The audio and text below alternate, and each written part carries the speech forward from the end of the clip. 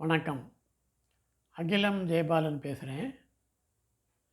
வெளிநாட்டு வியாபாரம், ஏற்றுமதி வியாபாரத்தில் அந்த வணிக நடைமுறைகளை பற்றி தொடர்ந்து பேசிக்கிட்டு இருக்கோம். இன்றைக்கி நம்ம பேச போகிற subject GST, goods and services tax. அதை பற்றி விரிவாக பேச போகிறோம். ஜிஎஸ்டிங்கிறது குட்ஸ் அண்டு சர்வீசஸ் டேக்ஸ் அப்படிங்கிற ஒரு சட்டம். ஜிஎஸ்டி அதாவது சேல்ஸ் டேக்ஸ் டிபார்ட்மெண்ட்டை பொறுத்த வரைக்கும் இந்த மாற்றம் ஜிஎஸ்டி அறிமுகப்படுத்தி சுமார் 7 வருஷம் ஆகுது. இந்த 7 வருஷத்தில் ஏராளமான மாற்றங்களை ஜிஎஸ்டி சந்திச்சுட்டு வந்திருக்கு. அந்த மாற்றங்களை பற்றி சிறு விவரங்களை சொல்கிறேன், வேணா குறிப்பெடுத்துக்குங்க. அதாவது சுமார் 17 விதமான வரி சட்டங்களை பொறுத்து தான் அதை எல்லாத்தையும் இன்டகிரேட் பண்ணி தான் ஜிஎஸ்டிங்கிற சட்டம் உருவாக்கப்பட்டது. ஜிஎஸ்டிங்கிறது குட்ஸ் அண்ட் சர்வீசஸ் டேக்ஸ். முன்னால் பல வருஷங்களுக்கு முன்னால் ஜிஎஸ்டின்னு இருந்தது, ஜென்ரல் சேல்ஸ் டேக்ஸ்னு அர்த்தம். அதுக்கு TNGST, Tamil Nadu general sales tax act 1959 இப்படிலாம் இருந்தது முந்தி. பட் இப்போ ஜிஎஸ்டி இந்தியா முழுவதுக்கும் ஒரே சட்டம் தான், குட்ஸ் அண்ட் சர்வீசஸ் டேக்ஸ். அதில் என்னென்ன சட்டங்கள், திட்டங்கள், வரிகள் எல்லாம் மக்களுக்கு விதிக்கப்படுகிறதோ எல்லாத்தையும் கன்சால்டேட் பண்ணி ஜிஎஸ்டின்னு கொண்டு வந்துட்டாங்க. இப்போது இந்த ஜிஎஸ்டியில் உள்நாட்டு வியாபாரம் பண்ணுறவங்க லைசன்ஸ் வாங்கணும். இந்த லைசன்ஸை எல்லோரும் ஜிஎஸ்டி ஜிஎஸ்டி ஜிஎஸ்டின்னு சொல்லிகிட்டு இருக்காங்களே தவிர ஆக்சுவலாக அதுக்கு பேர் GSTIN, GSTIN, goods and services tax identification number. இந்த ஜிஎஸ்டின் தான் லைசன்ஸு. இந்த ஜிஎஸ்டின்னு முழுக்க பெரும்பாலும் சொல்ல மாட்டாங்க, ஜிஎஸ்டி ஜிஎஸ்டி ஜிஎஸ்டின்னு தான் சொல்லிகிட்டு இருக்காங்க. அதையும் புரிஞ்சுக்கோங்க. இப்போ இந்த ஜிஎஸ்டி வெளிநாட்டு வியாபாரம் பண்ணுறவங்களுக்கு, எக்ஸ்போர்ட் வியாபாரம் பண்ணுறவங்களுக்கு தேவையா அப்படின்னு கேட்டால் ஆமான்னு சொல்ல முடியாது, இல்லைன்னு சொல்ல முடியாது. இதை புரிஞ்சுக்கணும் நீங்கள் நல்லா. இந்தியா முழுவதும் உள்நாட்டு வியாபாரம் பண்ணுறவங்க ஜிஎஸ்டின் வேணும், ஜிஎஸ்டிங்கிற ஜிஎஸ்டின் வேணும். இந்தியாவை தாண்டி வெளிநாட்டுக்கு வியாபாரம் பண்ணுறவங்களாக இருந்தால் ஐஇசி வேணும், இம்போர்ட்டர் எக்ஸ்போர்ட்டர் கோடு நம்பர். அது ஐஇசிங்கிறது வெளிநாட்டு வியாபாரம் பண்ணுறவங்களுக்கு தேவையான லைசன்ஸு, உள்நாட்டு வியாபாரம் பண்ணுறவங்களுக்கு தேவையான லைசன்ஸு ஜிஎஸ்டின். சரியா? இப்போது இந்த உள்நாட்டு வியாபாரத்தில் வரிகள் கட்டணும். அதில் 2 பிரிவில் பொருட்கள் இருக்குது. விற்பனை வரி கட்ட தேவையில்லாத பொருட்கள்னு ஒரு பிரிவு, விற்பனை வரி கட்ட தேவையான பொருட்கள்னு ஒரு பிரிவு. 2வது பிரிவு தான் அதிகமாக இருக்கும், முதல் பிரிவில் கொஞ்சமாக தான் இருக்கும்.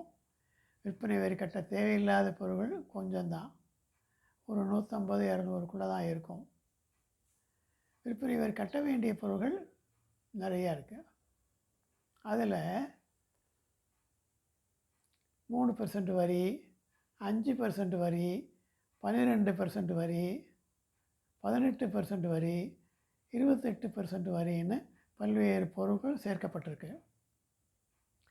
இந்த ஜிஎஸ்டி கொண்டு வரணும்னு அரசாங்கம், மத்திய அரசாங்கமும் மாநில அரசாங்கங்களும் பல முறைகள் உட்கார்ந்து பேசி ஒரு உடன்படிக்கைக்கு வராத சூழ்நிலையில் மிகவும் தாமதமாக அறிமுகப்படுத்தப்பட்டது. அது அறிமுகமாகி 7 வருஷம் ஆயிடுச்சு. ஜிஎஸ்டி வந்ததுக்கப்புறம் பல மாற்றங்கள் நிகழ்ந்திருக்கு. இப்போது இந்த ஜிஎஸ்டி எக்ஸ்போர்ட்டுக்கு வேணுமா அப்படின்னு சொன்னால், பெரும்பாலும் முதல்ல எக்ஸ்போர்ட்டில் லைசன்ஸ் வாங்குகிறோம், ஐஇசி வாங்குகிறோம்.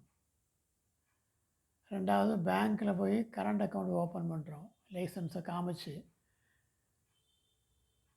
முந்தி அக்கௌண்ட் ஓப்பன் பண்ணிட்டு தான் லைசன்ஸ் வாங்கலாங்கிற நடைமுறை பல வருஷங்களுக்கு முன்னால் இருந்தது.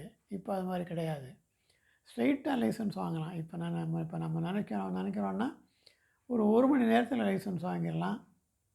ஆஃபீஸுக்கு போகணுன்னு அவசியம் கிடையாது. ஃபாரின் ட்ரேட் ஆஃபீஸுக்கு வீட்டிலேயே உட்காந்து ஐஇசி அப்ளை பண்ணலாம். யார்கிட்டையும் போய் அனுமதி வாங்க வேண்டியது எதுவும் தேவையில்லை. ஆன்லைன்லேயே அப்ளை பண்ணலாம். ஆன்லைன்லேயே அந்த லைசன்ஸ் ஃபீஸுக்கான அந்த ரூ. 500 ஆன்லைன்லேயே பே பண்ணிடலாம். இப்போது இந்த ஐஇசி வாங்குறதுக்கோ அல்லது பேங்க்கில் போய் கம்பெனி பேரில் கரண்ட் அக்கௌண்ட் ஓப்பன் பண்ணுறதுக்கோ அல்லது ஏடி கோடு லெட்டர் வாங்கி authorised dealer of foreign exchange AD code letter வாங்கி துறைமுகத்தில் பதிவு செய்கிறதுக்கோ இதுகளுக்கெல்லாம் ஜிஎஸ்டி தேவையே இல்லை. தேவைன்னு கேட்குறவங்க தெரியாமல் கேட்குறாங்கன்னு அர்த்தம். அதை புரிஞ்சுக்கங்க. யாருக்கு தேவை அப்படின்னா, எக்ஸ்போர்ட்டில் லைசன்ஸ் வாங்கிட்டு எக்ஸ்போர்ட் பண்ண போகிறோம். எக்ஸ்போர்ட் பண்ணும்போது விற்பனை வரிக்கு உட்பட்ட பொருளையும் விற்பனை செய்யலாம். விற்பனை வரிக்கு உட்படாத பொருளையும் வெளிநாட்டுக்கு விற்பனை செய்யலாம்.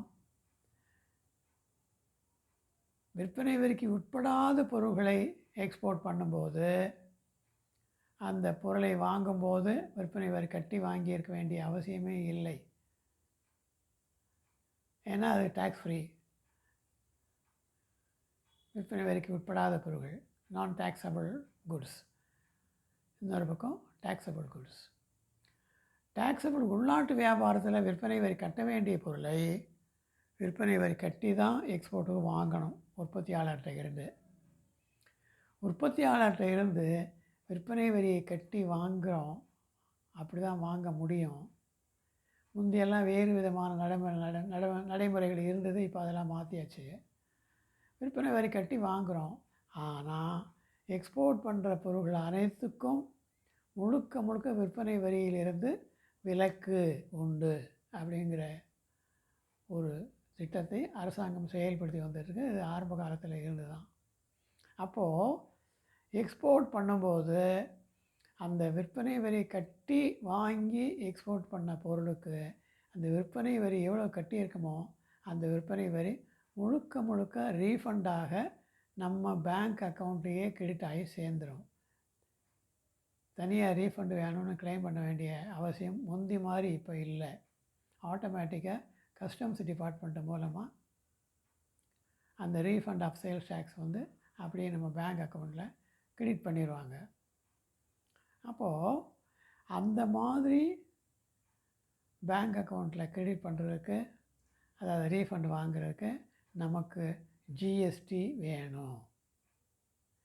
ஒருவேளை நாம் விற்பனை வரி கட்ட தேவையில்லாத பொருளை வாங்கி இருந்தால் அங்கே விற்பனை வரியும் கட்டியிருக்க மாட்டோம்.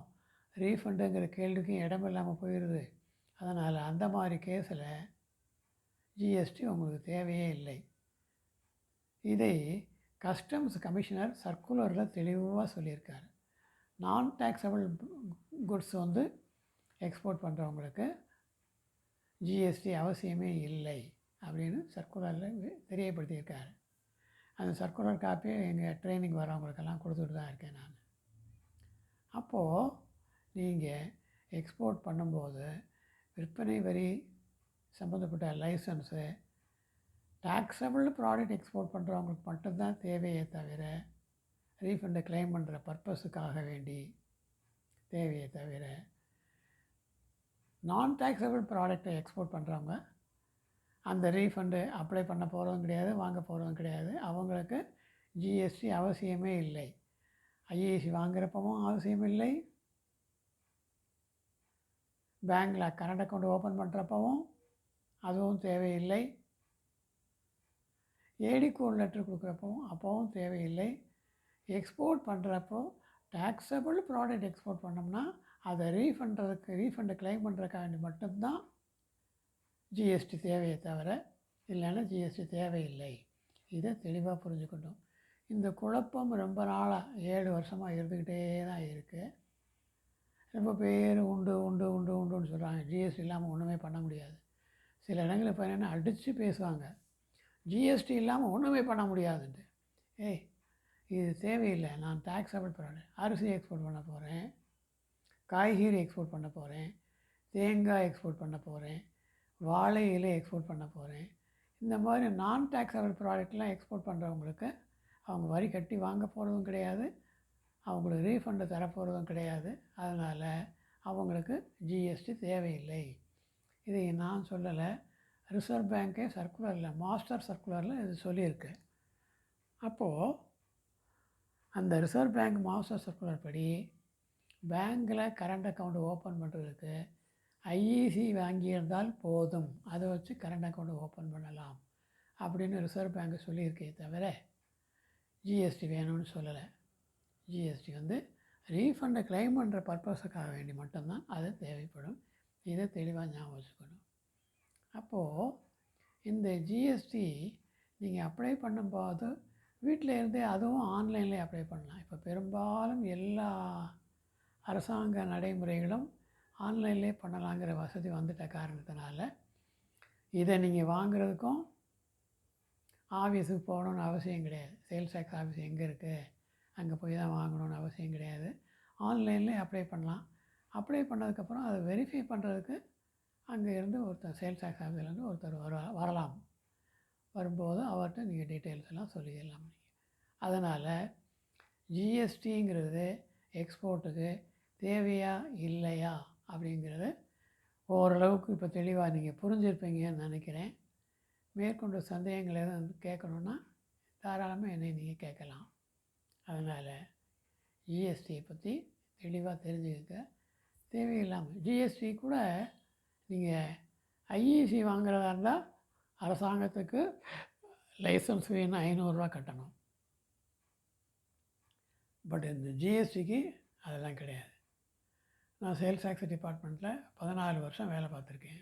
நான் ஒரு காலத்தில் 1970களில்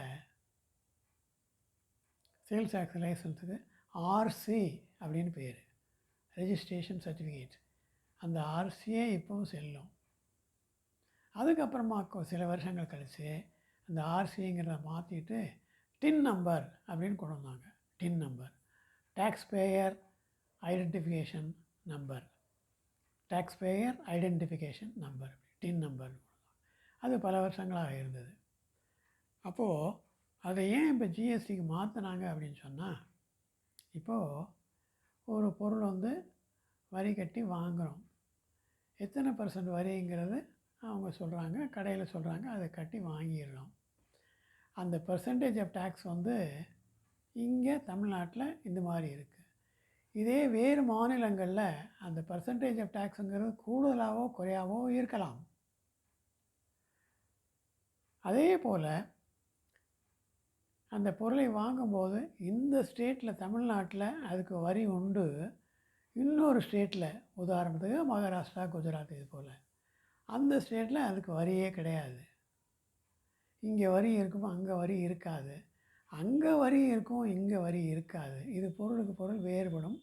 ஏன்னா அந்தந்த மாநில அரசாங்கங்கள் தீர்மானிக்கிறது. இதில் குழப்படியெல்லாம் வரும். அப்போது சிஎஸ்டின்னு ஒன்று முந்தி இருந்தது, சென்ட்ரல் சேல்ஸ் டேக்ஸ் ஆக்ட் 1956 அப்படின்னு ஒரு சட்டம் இருந்தது. அந்த சட்டப்படி அந்த மாதிரி சேஞ்ச் உள்ள பொருட்களை எக்ஸ்போர்ட் பண்ணி லோக்கல் சேல் இங்கேருந்து வெளி மாநிலங்களுக்கு விற்கிறதோ வாங்குறதோ இருந்தால் அந்த சிஎஸ்டி ஆக்டு கீழே ஒரு லைசன்ஸ் வாங்கணும்னு வச்சுருந்தாங்க முந்தி. இப்போ கிடையாது அதெல்லாம். அப்போ ஒரே மாதிரியாக இந்தியா முழுவதும் கொண்டு வர்றதுக்கும் எல்லா ஸ்டேட்டுக்கும் பொருந்தக்கூடிய அளவில் கொண்டு வரணுன்ட்டு இப்போ அது மாதிரி பண்ணியிருக்காங்க. ஸோ இதில் உட்பிரிவுகள் நிறைய உள்ளே போக போக போக நிறையா மாற்றங்கள்லாம் வரும்.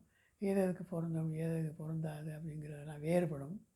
அதனால் இதையெல்லாம் தெளிவாக தெரிஞ்சுக்கிட்டு ஒருத்தர் என்கிட்ட கேட்டார், எக்ஸ்போர்ட்டுக்கு ட்ரைனிங்னு நடத்துகிறீங்களே, ட்ரைனிங்கில் என்ன சொல்லி தருவீங்க, இந்த எல்சின்னா என்ன அப்படின்னு சொல்லி தருவீங்களா அப்படின்னு.